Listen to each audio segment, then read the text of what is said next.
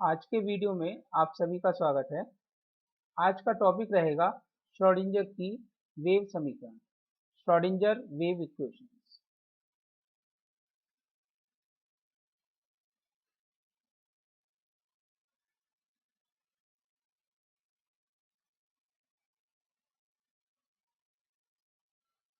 क्या होती हैं श्रोडिंगर की वेव इक्वेशन?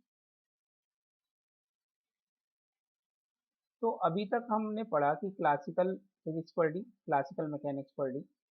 उसके बाद हमने ये देखा कि जो क्लासिकल फिजिक्स में कहा गया कि हर चीज कंटिन्यूअस होती है और पार्टिकल नेचर और वेव नेचर अलग अलग होती है, वो डी ब्रॉगली ने कहा कि ऐसा नहीं होता, बल्कि हर एक मैटर दोनों तरह की नेचर रखता है, जिसे ड्यूल नेचर ऑफ मैटर कहते हैं। अब बहुत से ऐसे फिनोमेना जो एक्सप्लेन नहीं हो सके थे क्लासिकल फिजिक्स से, उसे कॉम्पटन ने, आइंस्टीन ने, प्लैंक ने अपने क्वांटम सिद्धांत से एक्सप्लेन किया। तो और उसके बाद हेजनबर्ग ने ये कहा कि हम किन्हीं भी दो ऐसी राशियां, क्वांटिटीज जो एक दूसरे पर डिपेंड करती हों, कैनोनिकली कॉन्जुगेट हों, उनका मेजरमेंट फुल एक्यूरेसी से एक साथ नहीं कर सकते हैं, जिसे हेजनबर्ग का अनसर्टेनिटी प्रिंसिपल दिया। तो इन सारी चीज़ों के बाद अब ये डिसाइड हो गया कि एक नए टाइप की फिजिक्स है जो ऐसी जगह पर लागू होती है जहाँ पर बहुत चीज़ें छोटी छोटी होती हैं। उसके लिए हम एक मोटा मोटा क्राइटेरिया मान सकते हैं कि जहाँ पर अ,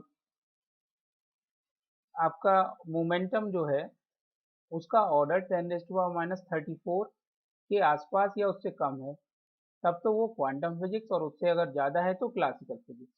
यानी जो प्लैंक कांस्टेंट होता है एच की ऑर्डर से हमने डिसाइड कर लिया कि ऐसी घटनाएं जहाँ पर जो एक्शन का या मोमेंटा का जो ऑर्डर होता है वो 10⁻⁻34 का होता है या उससे कम होता है, तब तो हम क्वांटम फिजिक्स के रूल लगाएंगे और उसके ऊपर हम क्लासिकल फिजिक्स के रूल लगाएंगे। अब जब हम क्वांटम फिजिक्स के रूल लगाएंगे तो वहां पर रूल्स की जरूरत पड़ेगी, क्योंकि क्लासिकल फिजिक्स में तो आप लोगों ने पढ़ा है कि न्यूटन्स लॉ। तो क्या न्यूटन्स लॉ क्वांटम फिजिक्स में अप्लाई होंगे? तो वो हम देखते हैं कि न्यूटन्स लॉ क्वांटम फिजिक्स में अप्लाई नहीं होते। अब उसके लिए एक मैथमेटिकल फॉर्मूलेशन या कुछ ऐसे लॉज की जरूरत पड़ी जो क्वांटम फिजिक्स में अप्लाई हो सकते हो, जिनके द्वारा हम किसी सिस्टम की स्टेट के बारे में बता सकते हो और कुछ समय बाद क्या होगी उसकी स्टेट, इसके बारे में बता सकते हो। फॉर एग्जाम्पल, जैसे कि अगर कोई कार खड़ी हुई है या मान लीजिए v वेलोसिटी से चल रही है, t is equal to 2 second पर, और उसकी कंडीशंस दे दी कि इस पे इतनी फोर्स लगाई, इसका मास इतना है, और फिर पूछा गया कि आप इसके 5 सेकेंड के बाद स्पीड बताइए। तब हम क्या करते हैं कि उसका एक्सीलरेशन निकालते हैं और फिर न्यूटन्स लॉ लगाकर उसकी स्पीड बता देते हैं। लेकिन क्वांटम फिजिक्स में या क्वांटम मैकेनिक्स में कैसे करेंगे? इस तरह का जैसे न्यूटन सेकंड लॉ है क्लासिकल फिजिक्स में, तो क्वांटम फिजिक्स में किस प्रकार से उसको हम करेंगे, अगर हमें ये पता हो कि सिस्टम के ऊपर ये बाउंडेशन है, और तो हम उसकी जो डिफरेंट चीज़ें होती हैं जैसे एनर्जी या उसकी वर्तमान पोजीशन क्या है और टी समय बाद क्या पोजीशन होगी, उस सब को ज्ञात करने के लिए कुछ हमें मैथमेटिकल फॉर्मूलेशन या लॉज की जरूरत पड़ी, जो दिए हमें श्रोडिंगर ने, जिनका नाम दिया गया श्रोडिंजर्स वेव इक्वेशन, श्रोडिंगर की तरंग समीकरण। तो इनका नाम दिया गया श्रोडिंगर की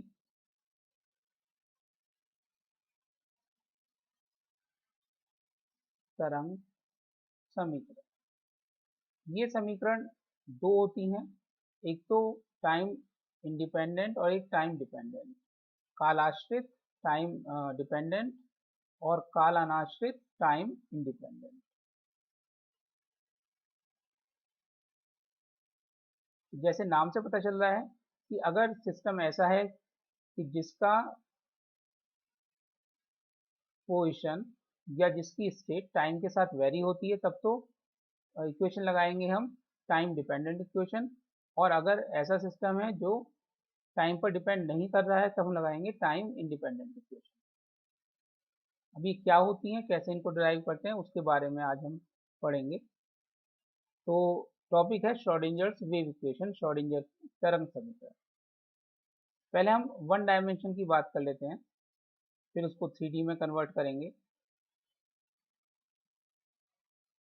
तो हम जानते हैं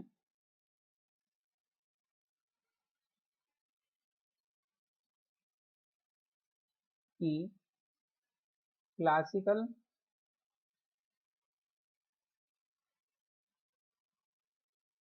मैकेनिक्स में यदि कोई वेव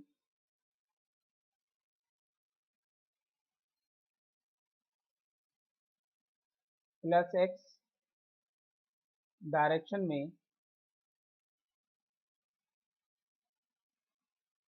वीपी यानी फेस वेलोसिटी वेग से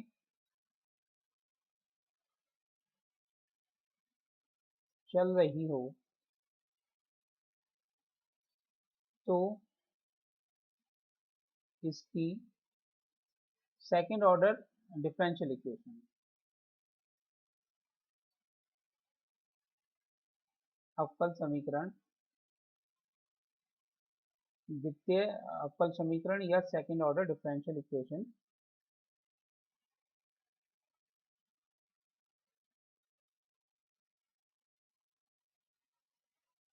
निम्न होती है। ये इक्वेशन आपने 12th में भी पढ़ी थी और बीएससी फर्स्ट ईयर में भी पढ़ी थी कि अगर कोई वेव प्लस एक्स डायरेक्शन में चल रही है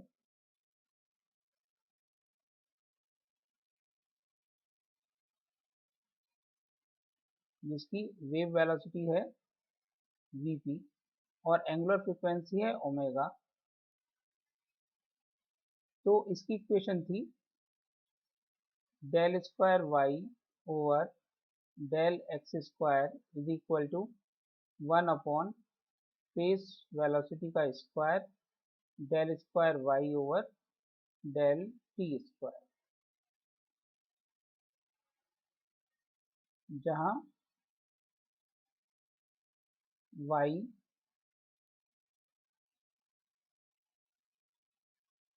वाई दिशा में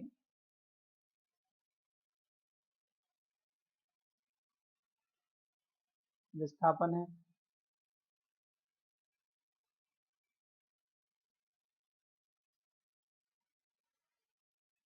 ये आप लोगों ने पढ़ रखा है बीएससी फर्स्ट ईयर मैकेनिक्स वाले चैप्टर में, मैकेनिक्स की बुक में है ना, वेव्स वाला चैप्टर जो था।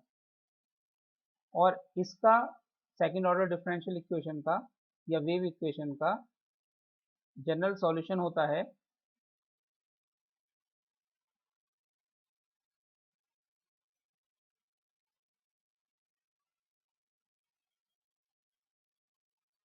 इस फॉर्म का होता है y is equal to capital A E raise to power minus I omega small T minus small X over VP. ये जनरल सॉल्यूशन है इक्वेशन 1। आप लोगों ने इस फॉर्म में पढ़कर इसको y equal to A cos I omega T minus x over VP के फॉर्म में पढ़ा है। ऐसा क्यों? क्योंकि आप ये देखिए यहाँ पे e की पावर माइनस आई omega bracket t minus x over VP है, यानी इसको जब हम ओपन करेंगे तो इसके हमें दो पार्ट मिलेंगे, एक रियल पार्ट और एक इमेजिनरी पार्ट।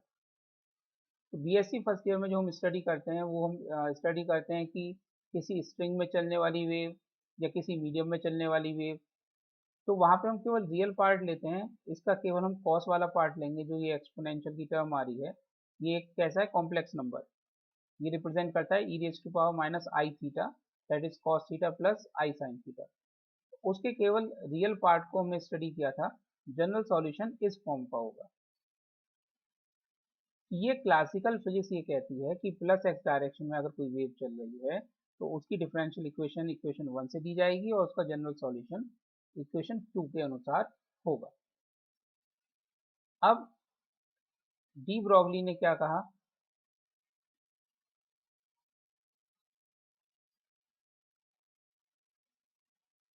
डी ब्रॉगली के अनुसार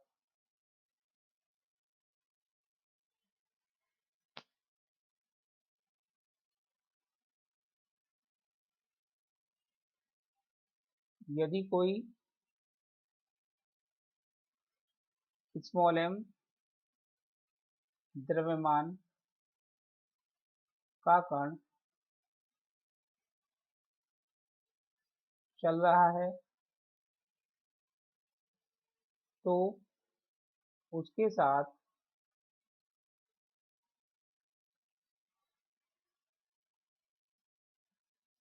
एक द्रव्य तरंग चलेगी जिसकी तरंग दैर्ध्य lambda is equal to H over M V होगी। तो ये डी ब्रॉगली ने कहा था। तो अब हम क्वांटम मैकेनिक्स में इसी घटना को अगर हम देखें कि कोई सिस्टम अगर प्लस एक्स दिशा में चल रहा है जिसका मास मान लीजिए स्मॉल एम है और वो वी वेग से चल रहा है तो उसके साथ भी एक वेव चलेगी और उसका वेव की जो हम मैथमेटिकल एक्सप्रेशन होगा वो रिप्रेजेंट करेंगे वेव फंक्शन साई से। अतः यदि प्लस एक्स दिशा में कोई सिस्टम चले तो उसके संगत यानी उसके करस्पॉन्डिंग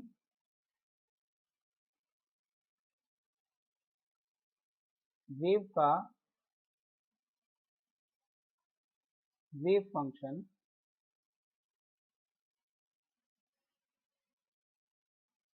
इक्वेशन 2 के अनुसार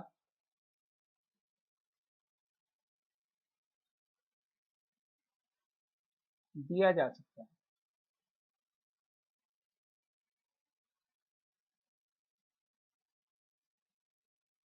अर्थात हम ये मान सकते हैं कि अगर कोई सिस्टम प्लस एक्स डायरेक्शन में जा रहा है तो उसके साथ जो वेव चलेगी उसका वेव फंक्शन साई जो कि फंक्शन होगा टाइम का और पोजीशन का और टाइम का, उसकी फॉर्म इस प्रकार से दी जा सकती है A E raise to power minus I omega T minus x over we,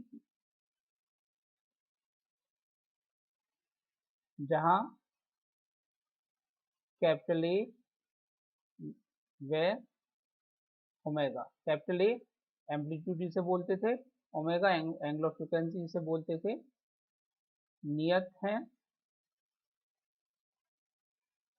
तथा जो फेस वेलोसिटी है क्योंकि गतिमान निकाय के साथ तरंग चल रही है तो उसका वेग पार्टिकल वेग के बराबर या सिस्टम के वेग के बराबर, और ये भी कैसा है, constant.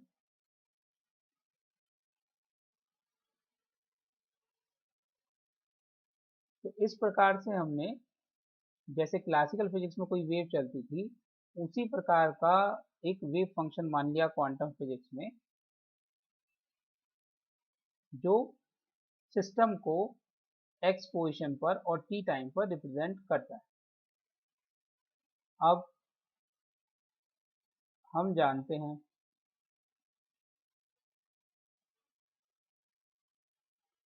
Omega is equal to जो एंगुलर फ्रीक्वेंसी होती है omega is equal to 2 pi और न्यू, न्यू उसकी फ्रीक्वेंसी है, ओमेगा एंगुलर फ्रीक्वेंसी है तथा न्यू की वैल्यू होती है ई ओवर एच। प्लैंक्स फार्मूले से capital E is equal to h nu, तो nu is equal to E over h. इससे हमें ओमेगा की वैल्यू मिल गई, omega is equal to 2 pi E over h. और हम जानते हैं कि जो phase velocity VP is equal to nu lambda.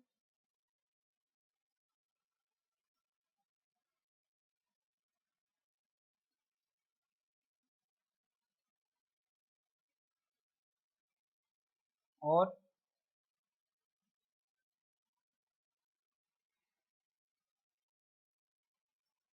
जो लैम्डा है डी ब्रॉगली अनुसार h over p, small h मतलब प्लैंक कांस्टेंट।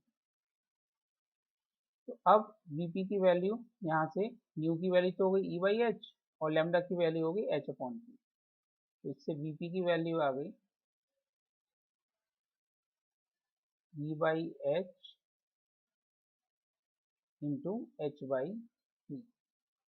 एच से एच कैंसिल, ये हो गया ई अपॉन पी। ये जो इक्वेशन 3 आई, यानी जो हमने तरंग फलन का फॉर्म लिखी है, उसमें हम ये मान रख देंगे। अतः समीकरण 3 से तरंग फलन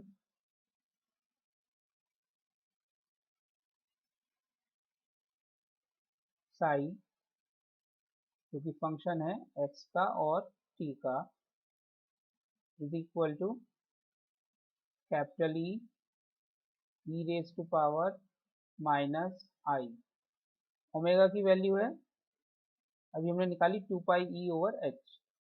2 pi capital E upon h bracket t minus x, और वीपी की वैल्यू आई थी ई बाई पी, तो पी ऊपर पहुंच जाएगा, ई नीचे आ जाएगा,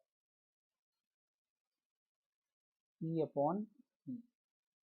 ई को एलसीएम ले लेंगे, जब एलसीएम लेके बाहर ले जाएंगे तो ई से ई कैंसिल हो जाएगा और ये इक्वेशन हो जाएगी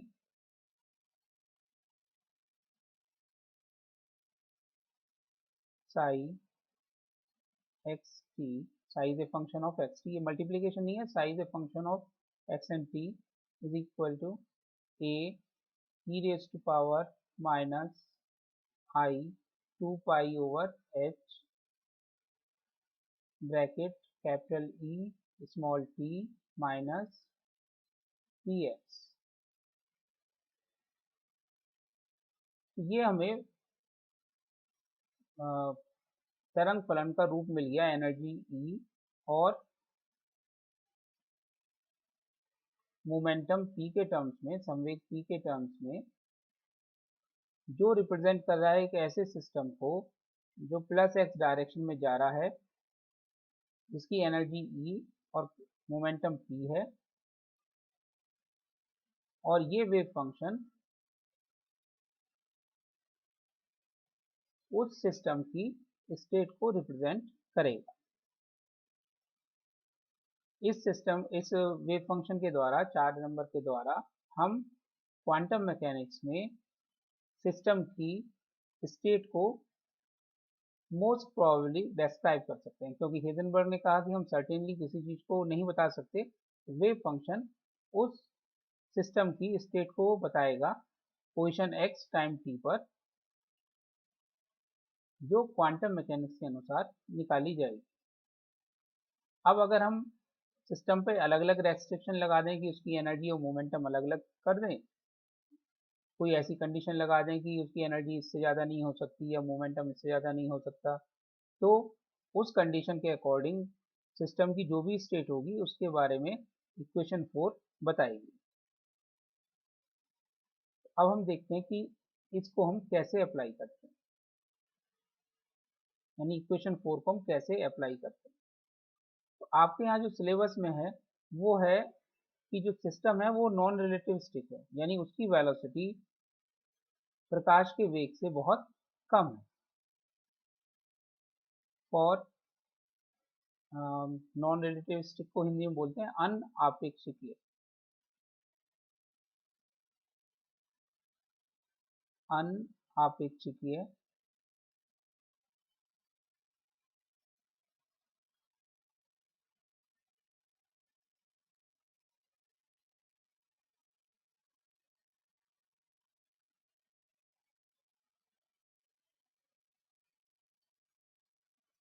यानी नॉन रिलेटिविस्टिक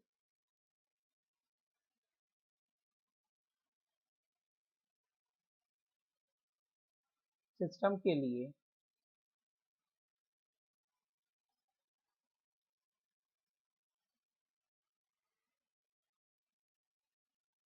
कुल ऊर्जा capital E is equal to kinetic energy plus potential energy.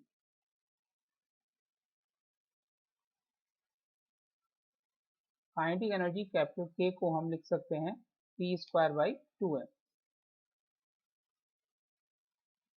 और पोटेंशियल एनर्जी को लिख लेते हैं हम V। Equation number 5। तो हमने अपने को लिमिटेड कर दिया नॉन रिलेटिविस्टिक सिस्टम के लिए। क्वांटम मैकेनिक्स में भी अपने को लिमिटेड कर दिया नॉन रिलेटिविस्टिक सिस्टम के लिए। अगर सिस्टम ऐसा है जिसकी स्पीड प्रकाश के वेग के आसपास है, तब श्रोडिंगर इक्वेशन होगी, लेकिन उसकी फॉर्म थोड़ी सी चेंज हो जाएगी, वो आगे की बात है। तो अब हमारे पास इक्वेशन आ गई 4, जिसमें कि वेव फंक्शन दे रखा है और टोटल एनर्जी फंक्शन इक्वेशन 5 से capital E is equal to p² plus V। अब इक्वेशन 4 का डिफ्रेंसिएशन करेंगे। इक्वेशन 4 में देखिए, इक्वेशन 4 में टर्म आ रही है आपकी E की और P की। हमें करना क्या है कि E और P निकालने हैं इक्वेशन 4 से और इक्वेशन 5 में पुट करना है। यहाँ पे psi x T is equal to A E raise to minus I 2 pi over H bracket E T minus P X. तो अगर हम t के रेस्पेक्ट में डिफ्रेंशिएट करेंगे तो e टर्म बाहर आएगी, और अगर x के रेस्पेक्ट में डिफ्रेंशिएट करेंगे तो p बाहर आएगा। तो पहले हमें e की पावर लेनी है 1। तो हम क्या करते हैं, इसको इक्वेशन 4 को डिफ्रेंशिएट कर देते हैं t के रेस्पेक्ट में 1 टाइम्स, और जब हमें निकालना है p² तो इक्वेशन 4 को डिफ्रेंशिएट करेंगे x के रेस्पेक्ट में डबल डिफ्रेंशिएशन, तो बाहर p² आ जाएगा। चलिए पहले हम डिफ्रेंशिएट करते हैं t के रेस्पेक्ट में। समीकरण 4 को स्मॉल t के रेस्पेक्ट में डिफ्रेंशिएशन करने पर, अवकलन करने पर,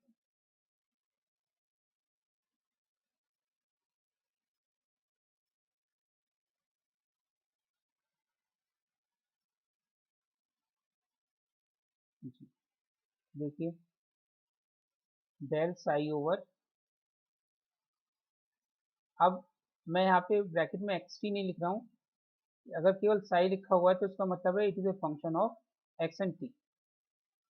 आप लिखना चाहे लिख दीजिए, लेकिन फिर वो कॉम्प्लिकेटेड होता चला जाता है, ऐसा लगता है कि ये इसके मल्टीप्लीकेशन में है। डेल साई अगर नहीं लिखा हुआ है तो इसका मतलब ये एक्स और टी दोनों का फंक्शन है, और अगर ये केवल एक्स का है या केवल टी का है तब हम यहाँ पे लिखेंगे del psi over del T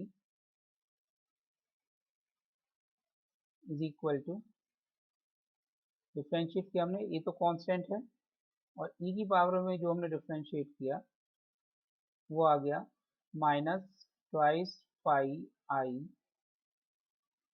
E over h, क्योंकि जब पार्शियल डिफ्रेंशिएशन करें टी के रेस्पेक्ट में तो एक्स उसको एक्स को कांस्टेंट लेंगे, और e raise to power x E raise to power x ही रहता है।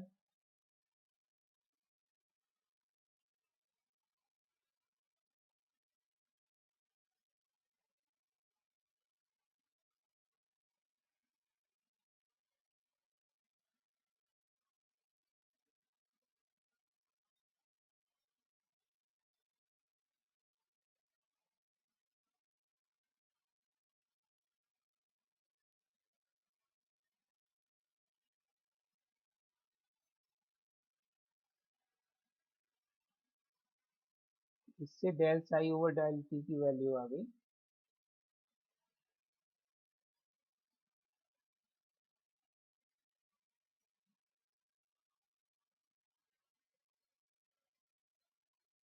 माइनस 2 पाई आई ई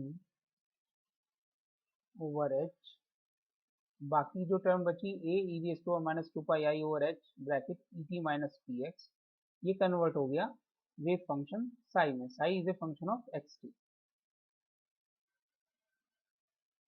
हमें निकालना था यहाँ से कैपिटल ई की वैल्यू।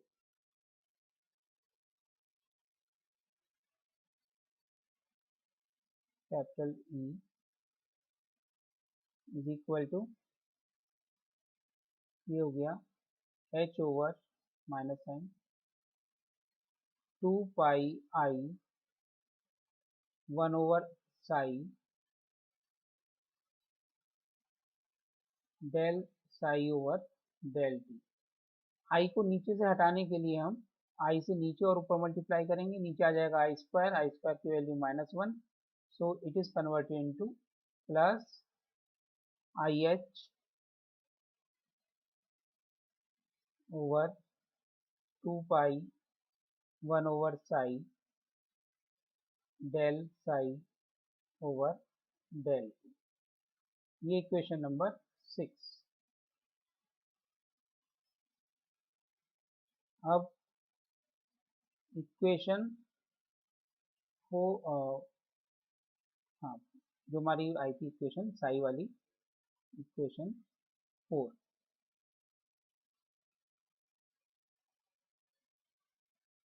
समीकरण 4 का x के सापेक्ष सेकेंड ऑर्डर डिफरेंशियल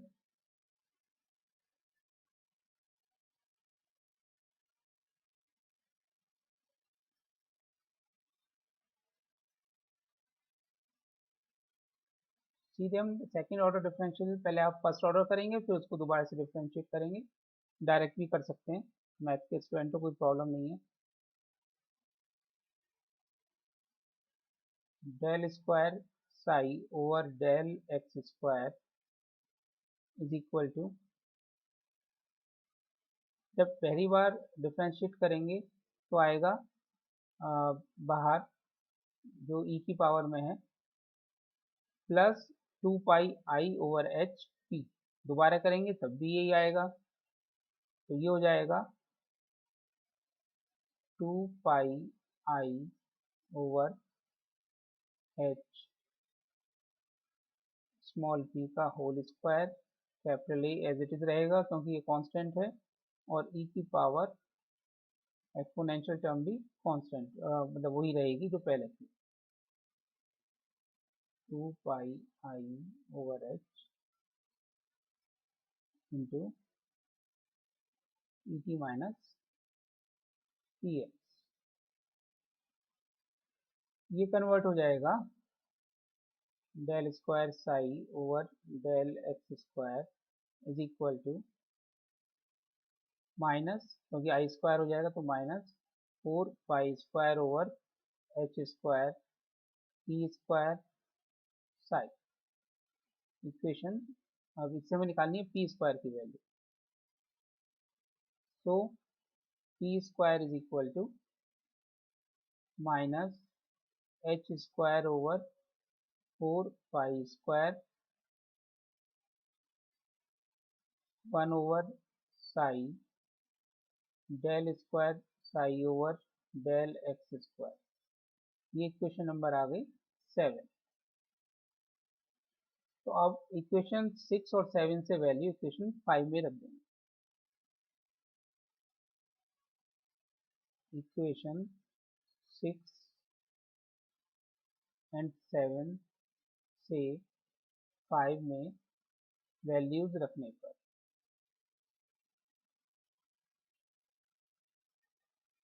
तो लेफ्ट हैंड साइड में था हमारा ई, ई की जगह आ गया i H over 2 pi 1 over psi del psi over del t, और राइट हैंड साइड में पी स्क्वायर बाई 2m था तो 1/2m, और पी स्क्वायर की जगह minus H square over 4 pi square 1/साई del square psi over del x square. इसको rearrange कर लेंगे, इसके साथ में तो हो गया kinetic energy plus potential energy. तो पहले साई से मल्टीप्लाई करके और फिर इसको रीअरेंज कर लेंगे तो आ जाएगी equation minus H square over 8m pi square del square psi over del x square plus V psi is equal to I H over 2 pi del psi over del T. तो ये कहलाती है Schrodinger की time dependent equation. इसकी different forms हैं, जैसे हम left hand side में साई को बाहर ले सकते हैं तो ये हो जाएगा minus H square over 8m pi square del square over del x square plus V psi is equal to I H 2 pi del psi over del t.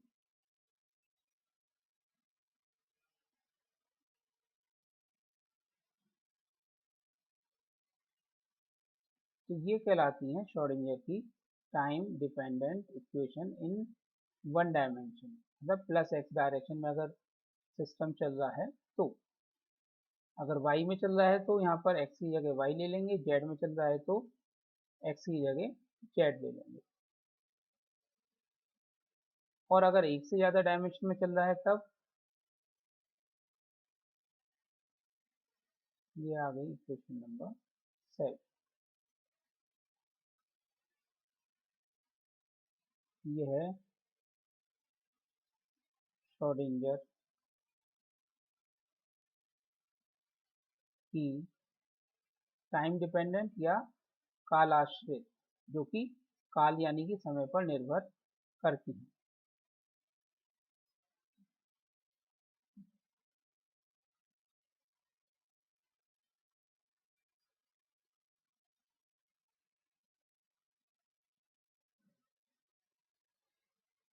और ये अप्लाई कहाँ करेंगे?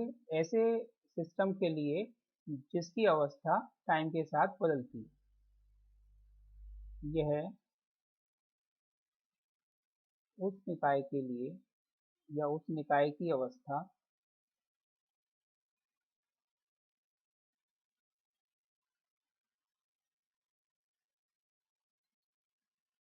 उस निकाय के लिए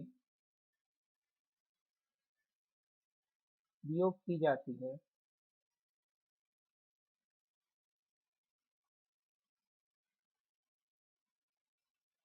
जिसकी अवस्था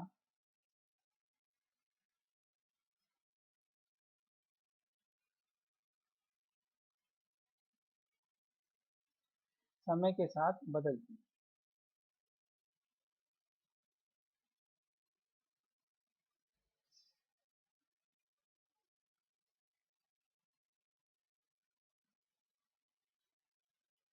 जैसे एक एटम के अंदर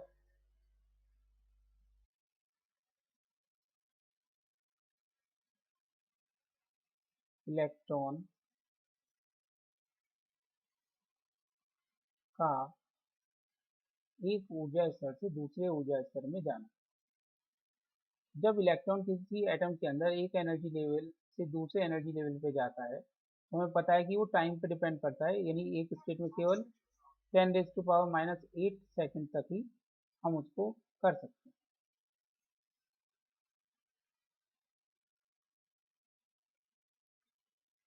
यानी एक स्टेट में, हायर एनर्जी स्टेट में केवल 10⁻⁸ सेकंड तक रहता है।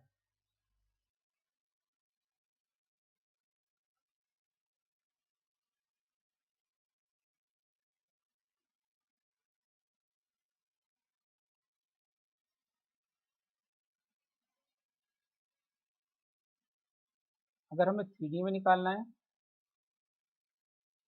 यानी एक ऐसा सिस्टम जो कि तीनों डायमेंशन में चल सकता है, उसके लिए श्रोडिंगर टाइम डिपेंडेंट इक्वेशन हमें यानी कि एक्स भी देना पड़ेगा, वाई भी और जेड भी। ये कन्वर्ट हो जाएगा del operator square minus H square over 8m pi square psi is equal to I H over 2 pi del psi over del T.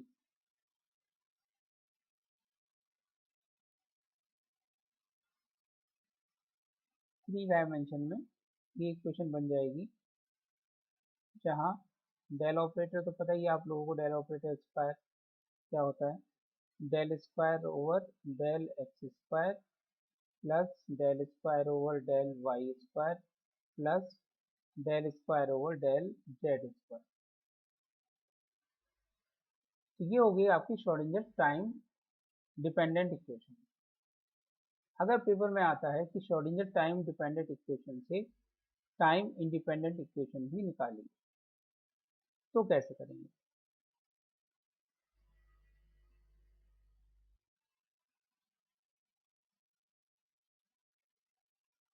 Schrodinger time dependent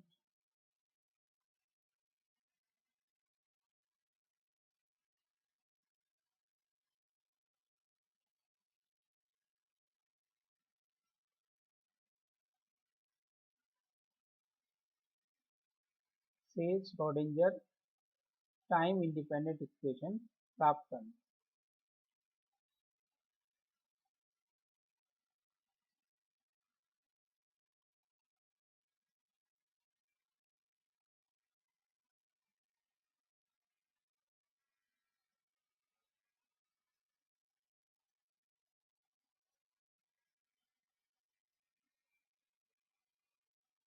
अगर इस वाले मेथड को हम तभी अप्लाई करेंगे जब स्पेशली पूछा जाए कि श्रोडिंगर टाइम डिपेंडेंट इक्वेशन से हमें टाइम इंडिपेंडेंट इक्वेशन निकालनी है। तो देखिए, सबसे पहले तो हमने इक्वेशन 4 में वेव फंक्शन साई एक्स की लिखा था is equal to A E raise to power minus I 2 pi over H bracket E T minus T X. तो अगर हम एक्सपोनेंशियल टर्म को अलग अलग एक्सपेंड करें तो ई की दो टर्म बनेंगी, एक जिसमें टाइम आएगा और एक जिसमें एक्स आएगा। यानी हम ये कह सकते हैं कि वेव फंक्शन साई एक्स की मिलके वेव फंक्शन साई एक्स की दो वेव फंक्शन का कॉम्बिनेशन है। एक वेव फंक्शन तो वो जिसमें कि टाइम आता है और एक वेव फंक्शन वो जिसमें कि केवल पोजिशन आती है। तो इक्वेशन 4 को अब हम नए रूप में लिखेंगे। अगर हमें श्रोडिंगर टाइम डिपेंडेंट इक्वेशन से टाइम इंडिपेंडेंट इक्वेशन प्राप्त करनी है तो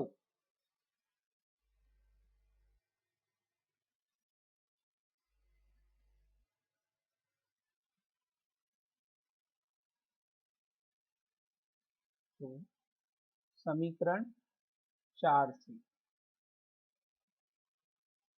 wave function psi x T is equal to A, इसको हम अलग अलग कर रहे हैं, टी वाली टर्म अलग और एक्स वाली टर्म अलग और टाइम वाली टर्म अलग। A E raise to power 2 pi i p x over h और e raise to power minus 2 pi i p t over H.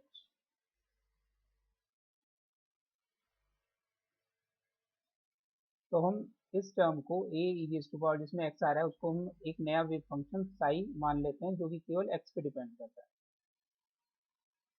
Sai x T is equal to psi is a function of x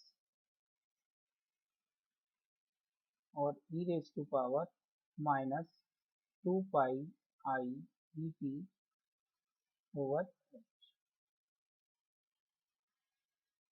जहाँ psi x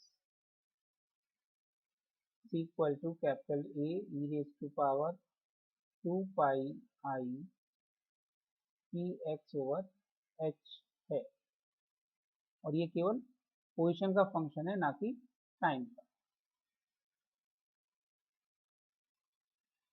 ये equation number ले लिया हमने।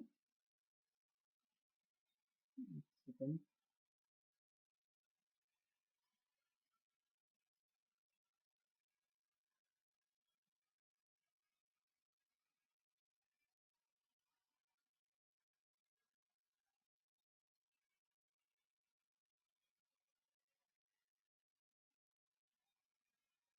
ये equation number हो गई अब आपकी श्रोडिंगर इक्वेशन आई थी 7 और उसके बाद ये हो गई 8।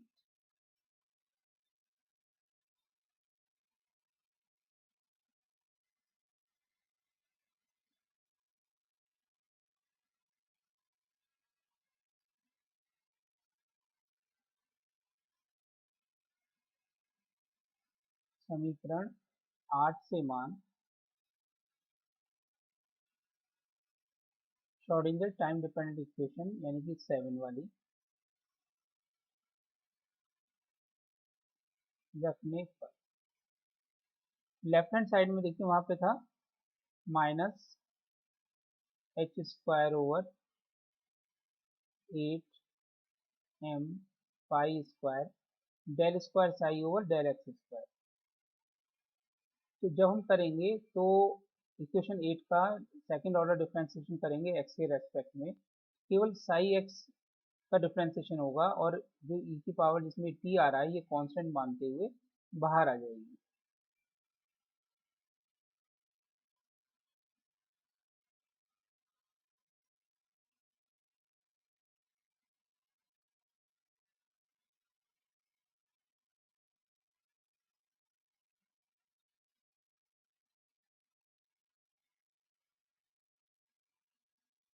Del square psi function of X over del x square is equal to, अब राइट हैंड साइड में जहाँ पर था इसमें पहले वी और रह गया, ये तो फर्स्ट टर्म हो गई प्लस वी और साई की जगह यानी साई मतलब psi X function of X and T both, समीकरण 8 से वैल्यू रख देंगे psi X E raise to power minus 2 pi I capital E upon T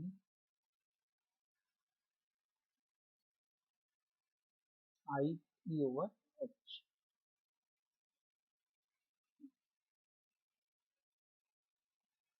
T over H ये हो गई लेफ्ट हैंड साइड की वैल्यू और राइट हैंड साइड की वैल्यू इज इक्वल टू,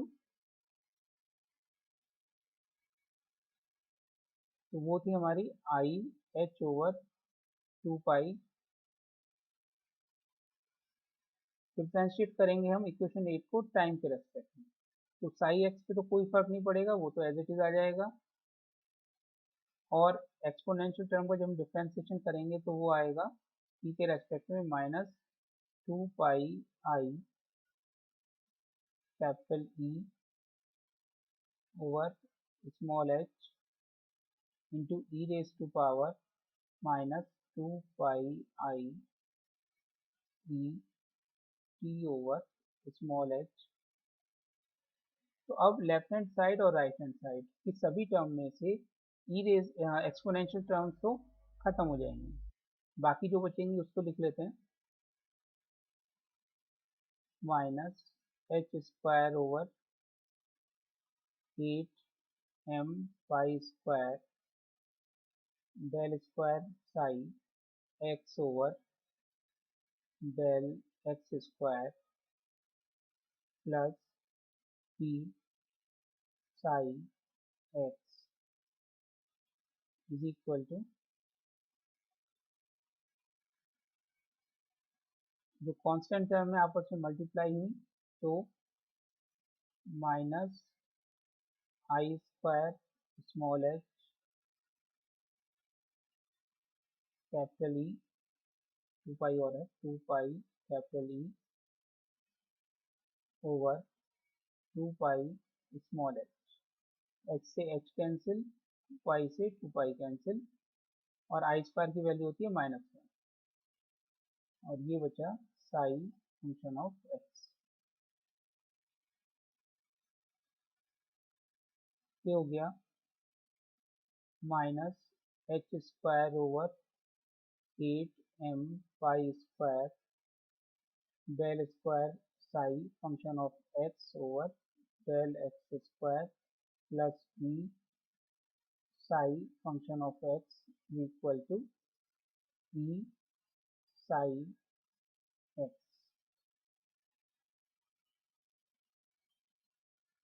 इसको भी हम रीअरेंज करके लिख सकते हैं पहले की तरह।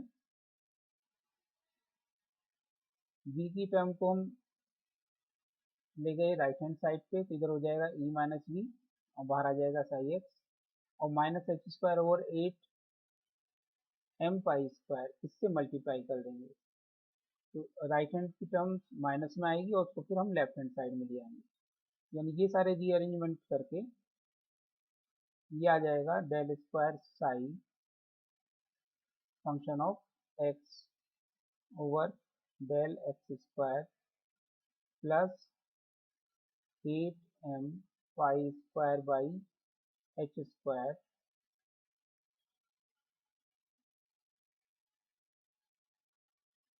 ब्रैकेट e माइनस वी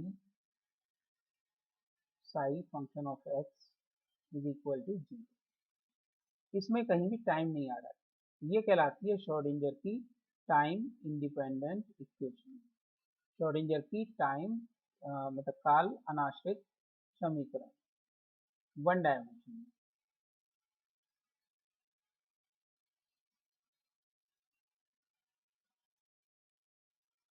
ये क्वेश्चन नंबर हो गई 9।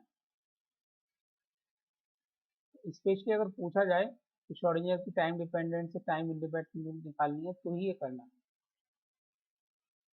नहीं तो कालानुश्रित समीकरण की स्थापित करने की या उसका प्रूफ करने की जो विधि है वो नेक्स्ट वीडियो में बताई जाएगी। ये है श्रोडिंगर की काल अनाश्रित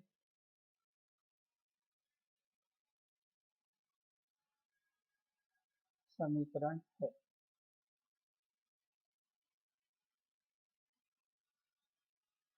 ये तो थी वन डायमेंशन में और 3D में ये हो जाएगा del square psi psi is a function of X Y Z position coordinate या क्यू कह सकते हैं plus 8m pi square by H square E minus V psi function of X Y Z position coordinates only. तो ये हो गया 3 dimension में। अगर कोई पार्टिकल फ्री है, फ्री मतलब उस पर कोई रेस्ट्रिक्शन नहीं है,